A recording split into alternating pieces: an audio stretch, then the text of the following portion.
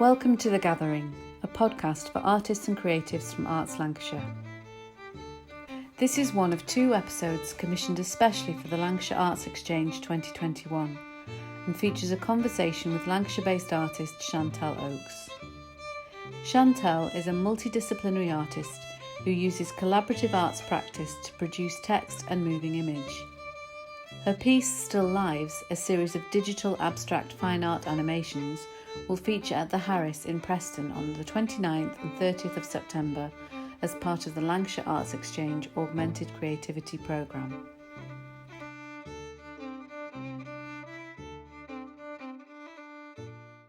So I think I stumbled upon the Afro Culture website first, actually, which was a brilliant insight into your thinking and how your work has developed and why you've become an interventionist, which I really love that term. And it just struck me how much of your work is about meeting places and cultural exchanges as well.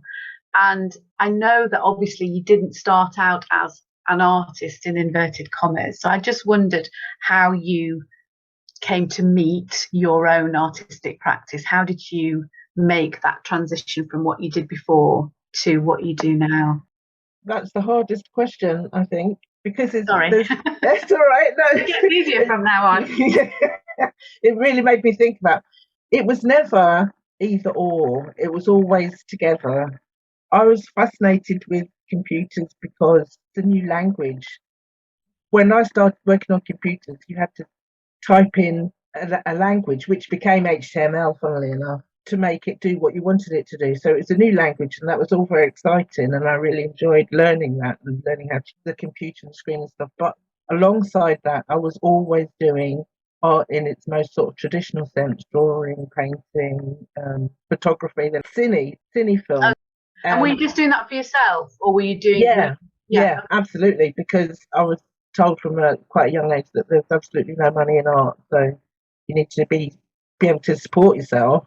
I just wanted to make pictures or images. Just wanted to physically do art. That was my sort of thing that I personally wanted to do. But I really enjoyed, in terms of working, learning the language, learning how to make a machine do in the graphic sense what I wanted it to do. That was the pull for that. So I was quite happy doing both. I was quite happy that the graphics was paying for me to make little cine films, take photographs, get a good camera, all of those sorts of stuff. And then computers they just built and built and built the capacity for what you could do, the coding, from the keyboards. Then you had a mouse, then you had a tablet, then you could use your voice to make a computer do things. So it was, although looking back it seems like a very short amount of time, actually that's about 30 years of technology building into sort of some of the stuff that we see today. So you've been on that journey with technology, really, and it's almost been like your training ground.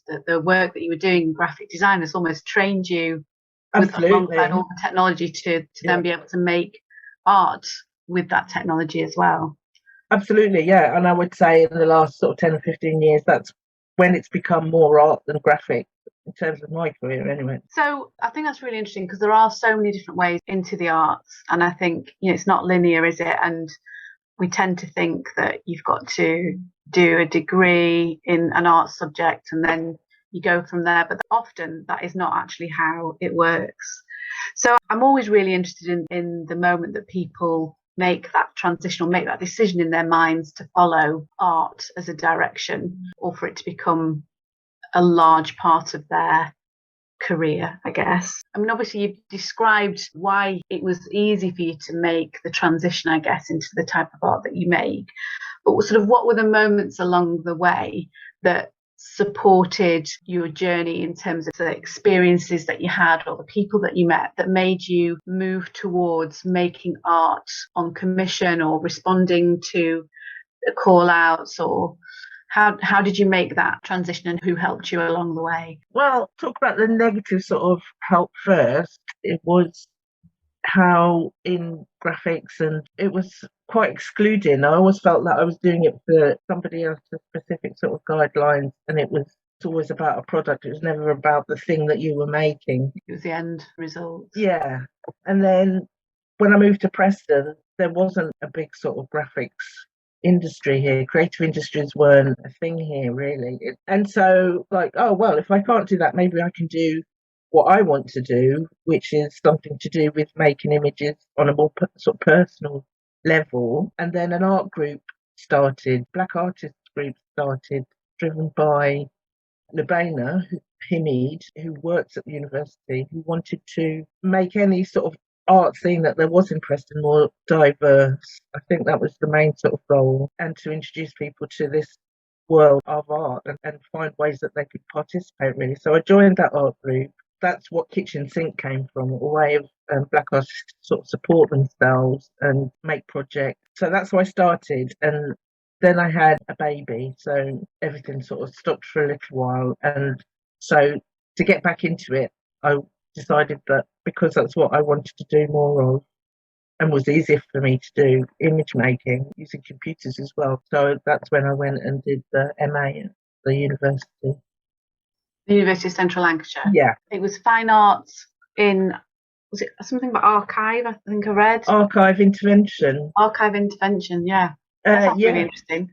It was, because it was about taking either moments in history that had been written a certain way and examining them and seeing how you could interact with them. Were they true? Were they false? What information was considered? A lot of social history, really, looking at a collection of objects and seeing how you could read them, how you could make art, new art from them, how you could understand them through art, what was missing, what was misinterpreted, all of those sorts of stuff. It was a great way of studying history, Black history, women's history, the history of art, really. And I took that also to me, the history of all those voices that had been excluding. So in terms of computer work, it's still about language, it's still about communication. And that's why I sort of started, in the end, I started to use real voices to learn how to communicate, really, rather than with impression or expression. I think that's one thing that the computer offers that's different from traditional art making, is that you have a timeline.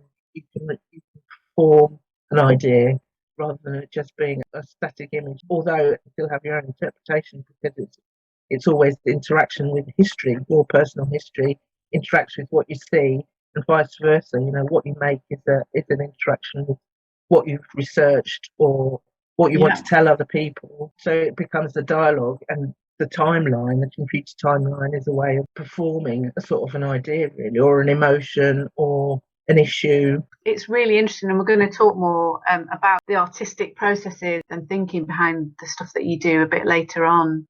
But it sounds like, obviously, meeting Lubaina and being part of that group and then having a child, that's a huge pivotal moment, and is often the point, particularly for women, if they're creative and they decide to try and pursue their creative passions. That is often the point when they do it. I certainly did that myself. And then sort of meeting Lubaina and then going to the university, they were all sort of key moments. And then when you came out of that degree, how did you develop your career? How did they teach you to respond to commission calls? Did they teach you to create your own work and then sell it? What worked?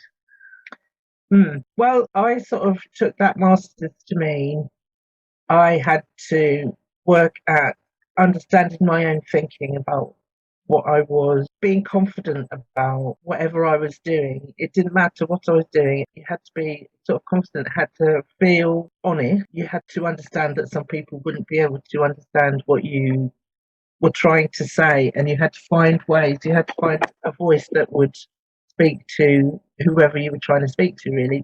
But through university, I sort of realised that what I was doing wasn't classic. It was very much based in technology, a new technology at that. And how was that sort of received, with it not being sort of traditional fine art in inverted commas? Well, you know, all the thinking processes were still supported, so that was really useful. I think this is what these pieces are about as much as anything, trying to bridge the gap between what is considered art. Even modern art is still quite traditional in the tools that it uses, whereas computers they're not new, but they're not old either, but they can still make marks. As far as I'm concerned, it's just a tool, like a pencil. It's just a tool, really. Yeah, I've never really thought about that before, but yeah, you're right. I mean, a lot of contemporary and modern art does use those traditional tools, and this is about using a modern tool, but you're still making art. Yeah, I hadn't really thought about it in those terms before. Interesting. It's also what you were saying before about having that belief in your own thinking and your own practice is so important, and also that sense of knowing that you just need to stay in your own lane. Yeah.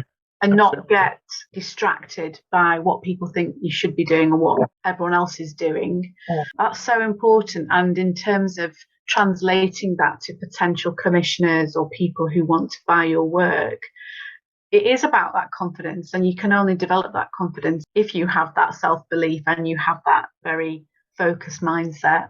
Absolutely, but I think it's idealistic. I'm also quite a sort of a practical person, and I do understand that in today's world, it's very difficult to be an artist unless you're helping other people do art, either through non-traditional channels like community workshop or traditional channels, which is being a tutor in a college or a university or something like that. It's very difficult to support your own practice, to be confident about your own practice, when you probably won't get enough money to live on if that's all you're doing. I know, and that's a big aspect of why the arts is such a difficult career path. In some ways, people worry about it, and they always have done.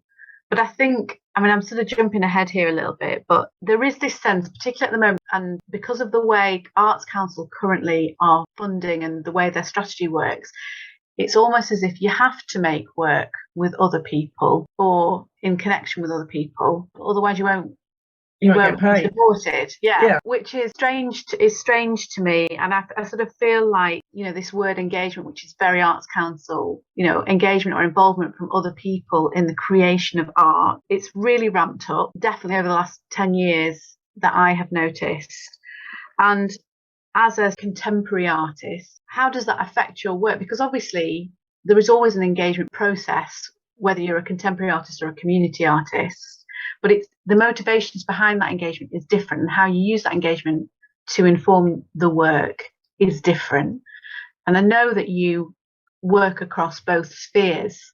You do work with community groups, but then equally you create work inspired by your own research and thinking. How does engagement, this is a really long way of saying it, but how does engagement, how has it changed over the time that you've been making work? And is it harder? Does it make it easier? It must impact on what comes out at the other end. Well, I think even engagement changed. The language has changed in terms of engagement. When I first started 20 years ago, when I first went to that art group, I was being engaged by artists to look at art as something that's useful, culturally necessary, all of those sorts of stuff. And then when all that finished, I became the workshop facilitator who would engage people to come and do art because it would be good for them in terms of their self-esteem or confidence, or it's a new way of communicating. Come and use this to talk about your issues.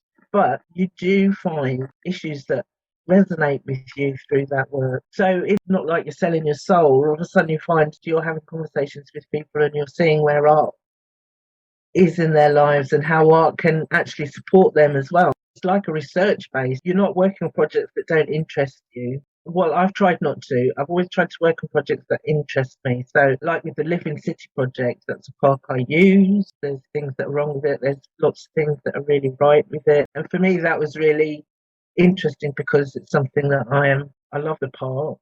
Kept me going through COVID. It reminds me of my childhood, walking around on the grass, all of those sorts of things. So it's a real memory activator, stimulator. If I'm working on projects that, and obviously I have to because that's how I get my money, then I do try to make it things that do interest me. I'm not going to do something about stuff that I can't myself be part of the conversation. I don't want to be an anthropological observer. I want to actually be part of the process. Although art isn't top of their agenda, it can be top of my agenda, but I can still be in the conversation because it's something that I'm really interested in. Yeah, that makes total sense. I always say to emerging artists coming in to the industry, and they sort of feel like they've got to go for everything. And I kind of say to them, you don't go for everything, actually. That will completely dilute who you are as an artist. Just go for the things that speak to you, the things that you're interested in and that you can contribute to, and that can elevate your practice, and vice versa. I think that's so important. And because your work is around those exchanges and that exchange with those people or that place, it makes sense that you would be involved in more sort of socially engaged work, I suppose. Absolutely, yeah. Language. One of the things that I wanted, why I was absolutely happy to do community projects and workshops and all of those sorts of stuff, is because it's another form of language, how people engage with each other. When you're working in marketing and advertising, a completely artificial structure it is another language. It's language that's manipulative. But It's when not you're as talking, authentic, is it? no, it's not authentic at all.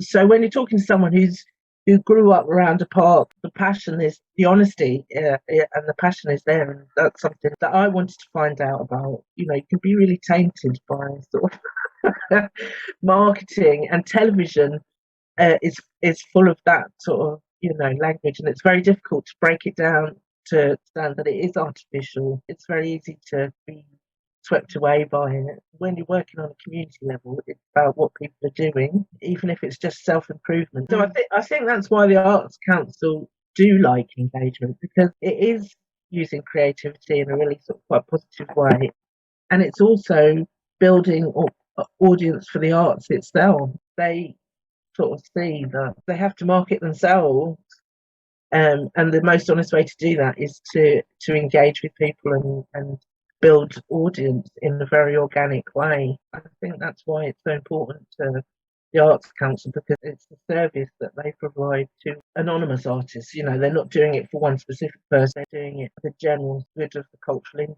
industries, really. I think that's why it's become so important. We're losing audience to private satellite companies who are everywhere and nowhere, who don't sort of contribute particularly to anything. That's a really good explanation and way of looking at it, actually. You know, it is about making sure those audiences for cultural work are still there. I don't think I've spoken to anyone that's really described it in that way before, so that's really interesting. And I think the people that you're working with through the community projects, and that any artist is working with through community projects, become a collaborator in the process by default in some ways, and often purposely. And it seems to me that you work very collaboratively through all of your work. And you mentioned kitchen sink before. Can you just talk a little bit about that for those that might not know about it? Oh, well, yeah, no, they probably don't. It was developed from this arts group, this Black Arts group, to try and find ways to support diversity in the arts, and to also help artists understand the process of getting money for community projects and stuff like that, and why it's slowly changing in something that's a sort of a not-for-profit, maybe a bit more sort of business-like, is because it can't support a very, very small amount of artists who need money now, not later. You know, they haven't got the economic means to survive 6 months while you're building a project, your first project. All of those sorts of things are really difficult, and it's even more difficult if you're doing something niche in terms of cultural expression. You know, the diversity means acknowledging that traditional arts aren't particularly inclusive. They're not multicultural. They are multicultural in terms of European based. You know, there's a lot of synergy between what a German artist understands as art, or a French artist or a British artist understands art. But if you're coming from a Commonwealth where you have an Indian artist who wants to participate in the cultural industries in Britain, or you have an artist from the Caribbean or colonial Africa, their country or their heritage plus where they live, that's quite new as well. It's more difficult. We have to acknowledge that it is more difficult, because you're trying to engage an audience who have a different language. It's English, but it's a different language. It's a different set of circumstances, and getting one to understand that and support that, because it is niche. It's the battle. Creating work that's from a different context and presenting it to another context. Yeah, absolutely. So that's the battle, really. And I think that's like tightrope walking. It's not sides, because that sounds sort of competitive, but those two very different strands of cultural histories meet, there's a thin line, really. Yeah, I understand that. I can really see that. And so that just put me in mind of something that I read that you had written. And I'm just going to see if I can find it now because I actually saved it. I follow on Instagram a lady called Africa Brook, and she does a lot around helping people to move through self-sabotage and self-censorship. You might be interested in her, actually. And something that you said, which I'm just going to bring up now, really resonated with something that I've been listening to her talk about. And you said, my experiences are framed by notions of race, as everyone's are. But this dubious science of differentiation is only a small part of what it means to express culture. There are meeting points, not just bridges.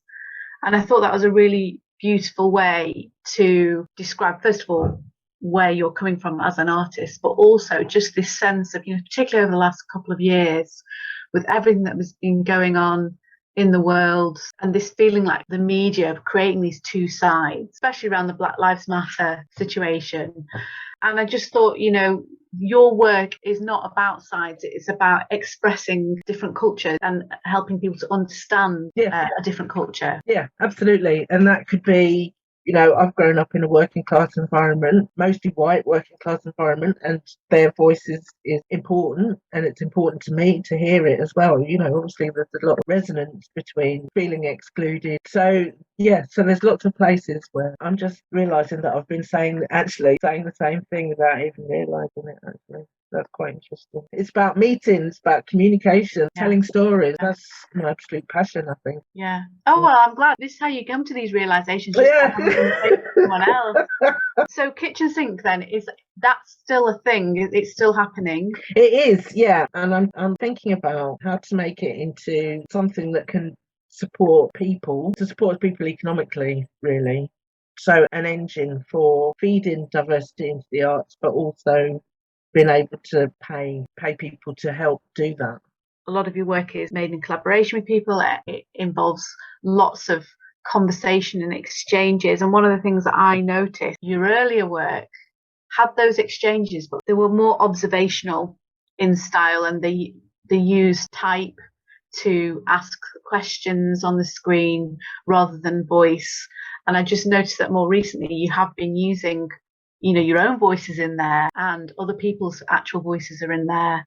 And I just wondered whether that was a subconscious thing, or whether it was a purposeful thing, or whether it come about because of COVID and this need to interact with people more because of the enforced social distance, or whether it was simply because, you had access to better technology. I mean, No, it was a conscious decision, and it was completely about being able to talk to people authentically and with my own voice, and engaging people with my own voice, and being able to tell a story, whether it's a true story or a story made from research. I realised that I'd spent a vast amount of my life actually not really talking, doing, working, blah, blah, blah, going dancing, whatever, but not actually talking and engaging in conversation. And especially if you've got a child, you really need to be able to communicate honestly. Why do you think you hadn't been engaging in those conversations before? Because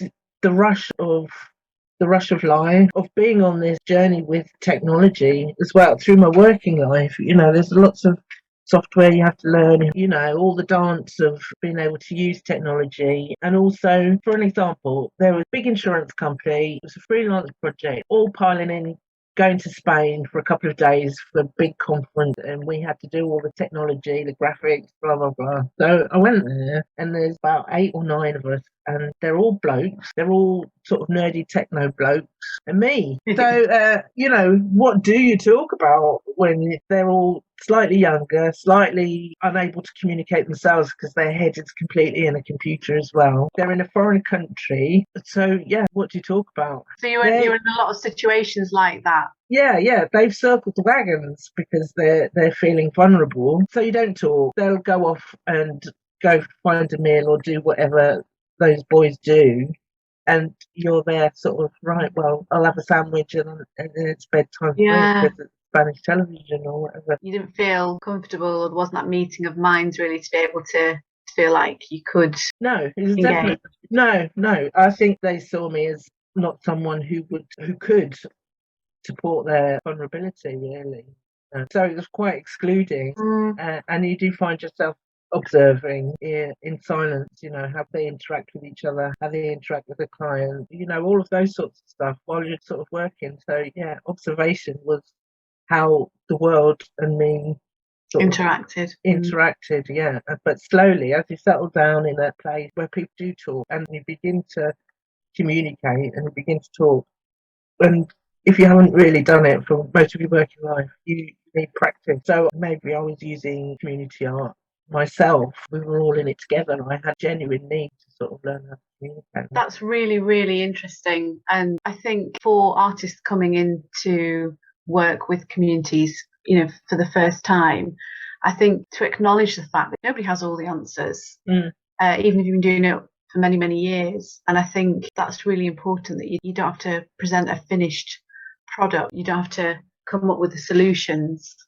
It is just about having those equal exchanges. Yeah, very much so. Learning about yourselves, what you want, and all of those sorts of things. We can all do that. What I wonder about with that approach from the Arts Council is that it does rely on issue based, and that's not necessarily very optimistic, is it?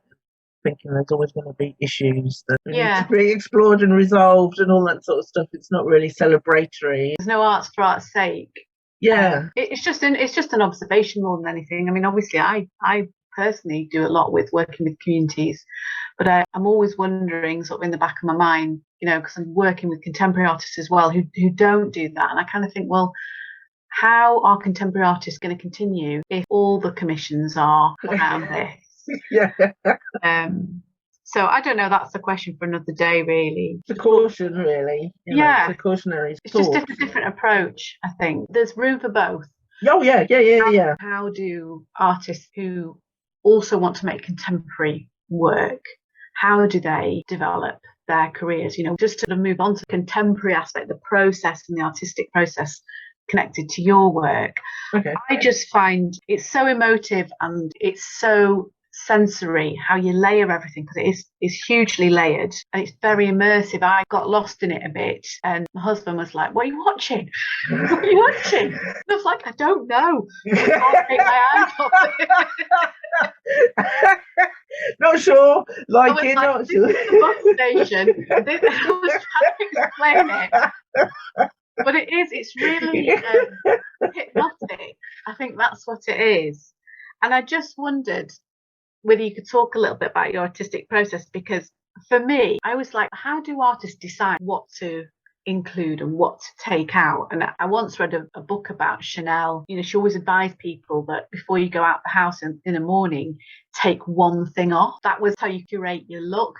And in terms of art, are there rules that you sort of apply? You have to find the place where you stop.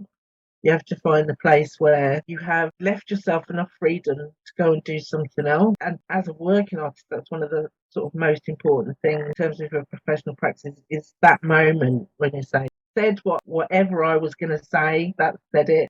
If I do anything else, I'm going to cover up my message or my idea or the beauty of what I've just done. A place where you have to stop to be safe. That's a really good way of putting it. That's a really good way of understanding. And it's one of those things that you understand as you sort of build your career, really, is that you can't give it all to everything that you do, because it's a profession. The idea of the artist dragging some sort of emotional question out into the open and destroying their life doing it is, for most of us, it's not the way to be.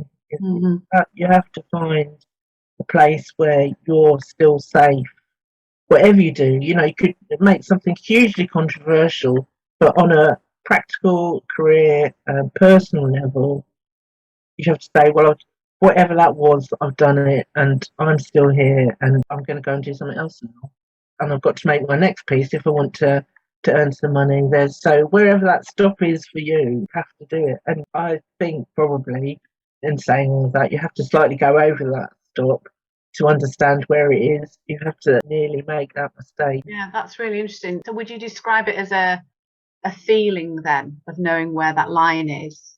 Yeah, because that's what these studies are about to a certain extent, is that you have to play a little bit. You have to be bright about whatever you're doing, whether it's dark or it's intense, or there has to be a brightness to it. And I think this is why I like computers so much. You're having a conversation, you're telling a story. This is what, for me anyway, that computers give me. This timeline enables you to say, this is what happened, this is what I'm feeling, and you can perform it through the timeline. So do you feel that timeline almost acts as a bit of a backstop, a container? Yeah, definitely. But the same caution still applies because the timeline is infinite. Lubaina Himid did a 12-hour live performance piece, and it was absolutely fantastic. So there's the other side. She's saying, sort of commercially, if you want to be commercially viable, you have to find a place where it's safe to stop, because you know you're going to have to make another piece, or for her another collection, next year or next month or next project or whatever. There's the Chanel approach, but then there's the Abramovich approach, which is just ride it to death. I'm gonna stand by this wall for every day for 12 hours for the next 3 weeks. I'm gonna create an atmosphere through my body by everybody coming to see me stand by this wall. My body becomes a performing vehicle. It's possible to work that way, but it takes a lot from the audience. Yeah, absolutely. It takes. You have to train the audience to understand that work. I will put a link to Lubaina Himid in the show notes then as well, because I think that would be really interesting for people to have a look at. Yeah, because she was in Manchester as well. It's like she was here. You know what I mean? She's not some distant sort of star. So, I mean, technology, obviously, it plays a huge part in your work. And you've already mentioned how much it's accelerated over the last 30 years. How do you keep up with it? You've talked about how your work in graphic design almost was like a training ground for you in so much of it. But practically speaking, getting access to all these new technologies coming out, particularly now, virtual reality, augmented reality, all those kind of things. Yeah. Do you feel like a pressure to sort of always be learning this new stuff? And how does the introduction of all this new technology impact on the work that you then create? I stopped engaging with emerging technologies. I stopped interacting with it when I was priced out of the market. When sort of abstract animation started, these guys were working in film units, had easy access to film technology, traditional 35mm film and all of those sorts of stuff. And then there was this huge sort of personal computer where we all had access to it.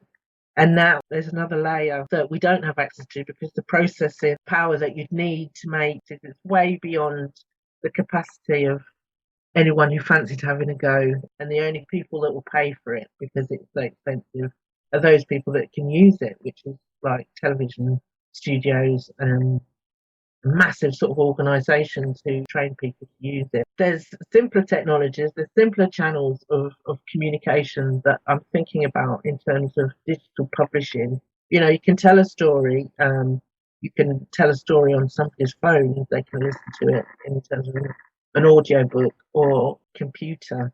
If they wanted to, that they could just fling onto their television and then they could have their own niche broadcast or whatever. So there's lots of potential. Without going to the extremes of massive data sort of ideas, trying to analyse or trying to be artistic about data and stuff. I'm just into storytelling. There's a massive market there, and so why sort of ring fence yourself off to do something that people won't be able to access themselves. Yeah. I think that's really interesting, because the Arts Exchange this year is all about augmented creativity, so that the intersection between technology and arts. But I think it is definitely worth remembering that not everybody has access or enough data to look at these amazing creations that are made with all this new technology. And until it gets to a point where it is affordable and everybody has the technology to be able to engage with it. Yeah. It's a bit of a misnomer, really, isn't it? So you mentioned you're really interested in storytelling and how that can be done in different ways. Is there any sort of technology or any platforms or apps that you're really looking into at the moment that you're wanting to use to create new work? To do that, no, because it's all there now.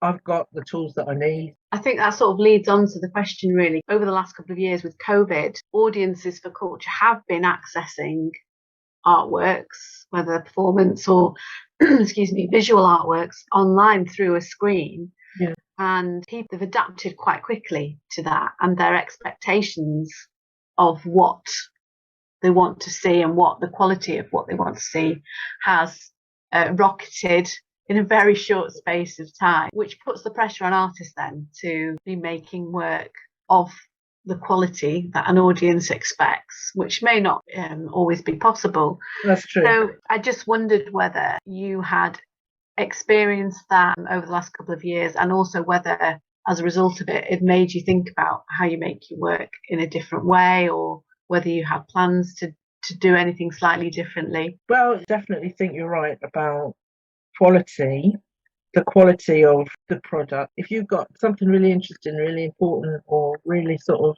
engaging to say, if you then have to go through a process of developing it to such quality because people are expecting, massive green screen production of something that's quite sort of simple, then there's an issue. But there must be a way of doing it. I think that's the challenge for artists, is to find a way of doing it. I particularly remember from conversations with Lubaina, who you're talking to, who do you want to have this conversation with? It's like Turner. He'd make these lovely paintings for the academy, but then he'd make prints and he'd colour prints for everybody else. Artists have always understood that you can't support your family. Different audiences, isn't there? Yeah, and you products for different audiences. Yeah, or different means of production for different audiences. They can't afford to have me stand around painting for 6 months, painting this historic scene of such and such. But they might like to see it as a lino print. Maybe that's the way of putting it. They're valuable. They're completely valuable to me. I can't repeat them. I can't do them again. That's a moment that is of me, and I've never investigated how that could be valuable to somebody else, because I've never had that sort of, an agent maybe would be able to tell me, or something. I don't know. I've no steps into that world at all that I could sort of describe how to make that. Well, that's I'm interested in it because I've sort of been reading a lot around it, and I can see all these pieces of digital art, some which are excellent, some which are, just very strange and questionable quality. But yet people are buying the ownership rights to them and making a lot of money for themselves and for the artist in the process. So I'm interested to know how it works, and I'm wanting to do a bit more of a deep dive into it, maybe program around it where we can actually find out, what are NFTs, how do you make them, what do they do for artists? Yeah, I think that'd be really good, because I've absolutely no idea. That's just, Yeah, I think it'd be good to know, but also there's an environmental aspect to them in that the CO2, I think it's the CO2 emissions from the creation of these NFTs are huge. So that's an issue, but it's something that I want to look into as a potential route for artists to make that sort of passive income, I guess, that allows them to continue their normal practice. Yeah. I think definitely worth an investigation then, isn't it? Because if there's possibilities for creative producers to do something to get money, I think that's completely valid, isn't it? That's absolutely. I think it's about acknowledging that there's lots of different ways to make it happen for yourself if you want to follow your creative passions, really. Yeah. I think any tool. Crypto art. Yes. What do you think about that? I don't. It might be not something you've thought about at all. I don't know. Absolutely not. No, because it's never been a possibility before.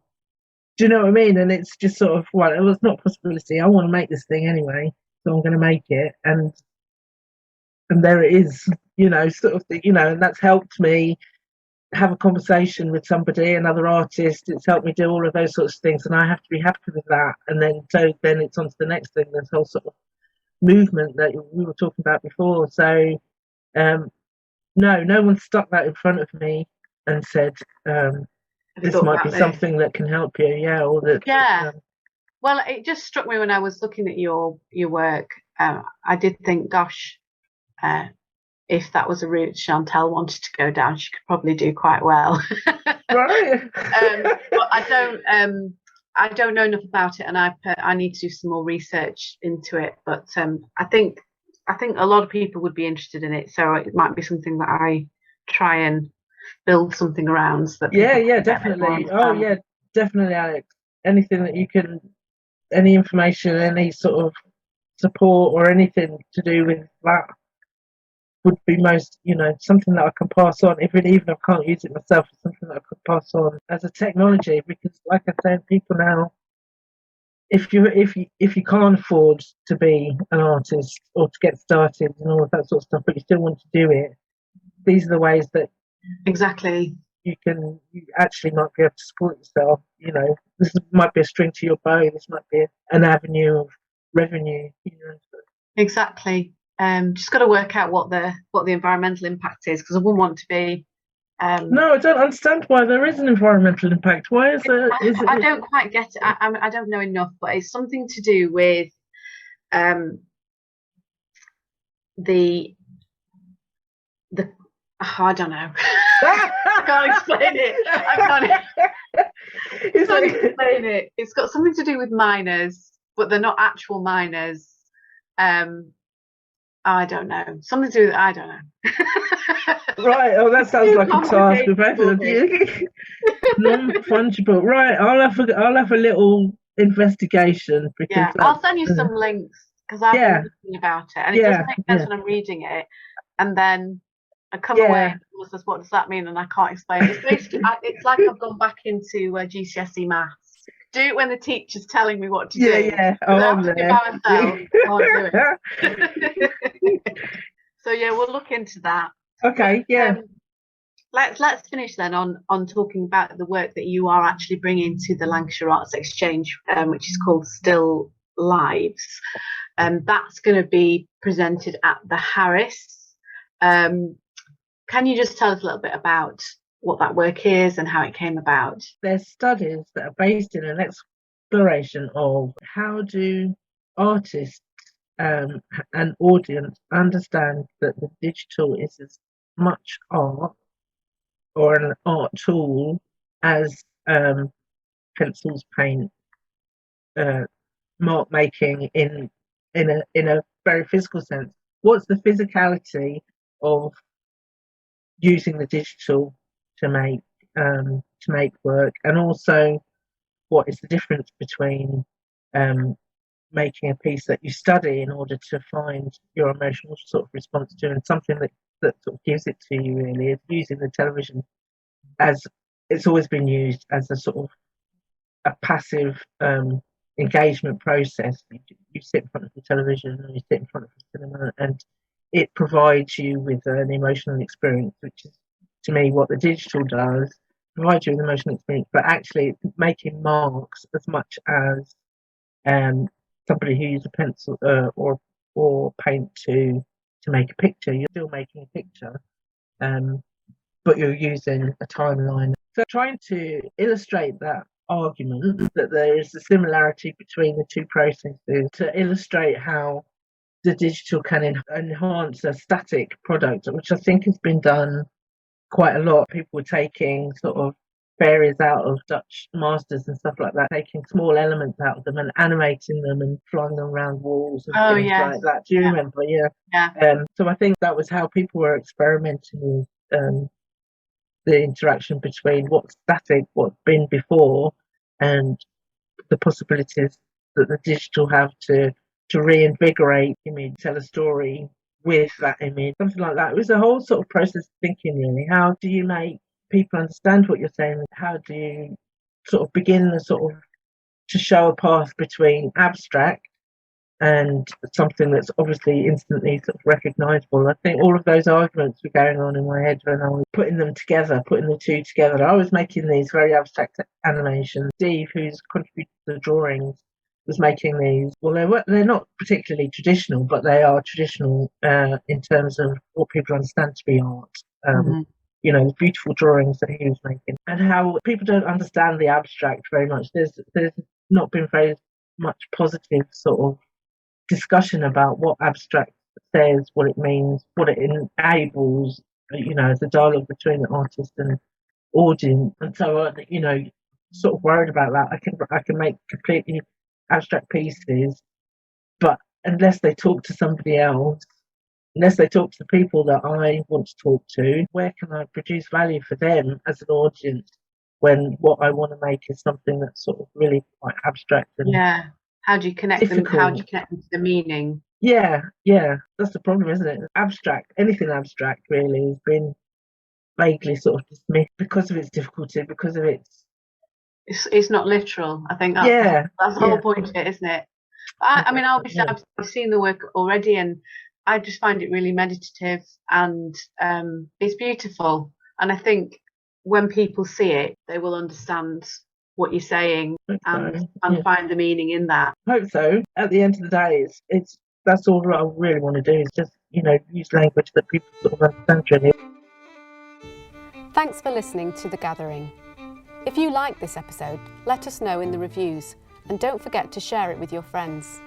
For show notes, links to all the organisations and initiatives mentioned in this episode, and much more, head over to www.artslancashire.org.uk/thegathering. You can also follow us on Twitter @Arts Lancashire.